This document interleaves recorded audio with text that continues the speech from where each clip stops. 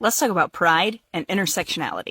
So intersectionality is just a big fancy academic word meaning that pride doesn't exist in one way and it also doesn't exist in one realm. Everybody's social categorizations play into each other and how we experience our queerness, how we experience life as a queer person, how we experience life as a human being in general.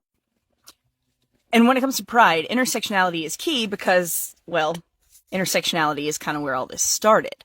I've seen a lot of talk about the whitewashing of pride and how a lot of times white people will try and use their queerness in order to belittle people of color and their experience.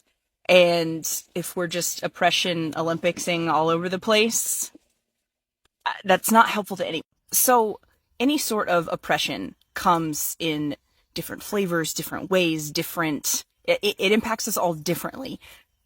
Some, sure, might be worse, some might be not as awful, but that's not for us to decide because we don't know what the other person is going through. The fact of the matter is, if you are a member of the LGBTQIA2S+ community, you have experienced some sort of oppression in your life.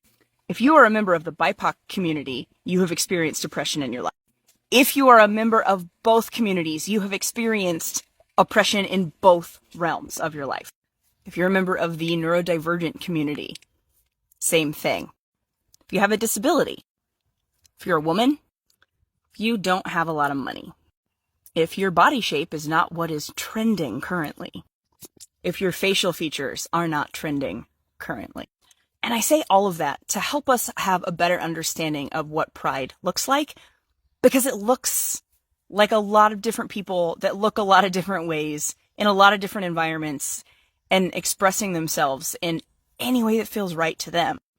There's no right or wrong way to be queer. There's no right or wrong flag to fly. There's no right or wrong way to identify or not identify. There's overlap in identity. There's overlap in orientation. There's overlap in experiences.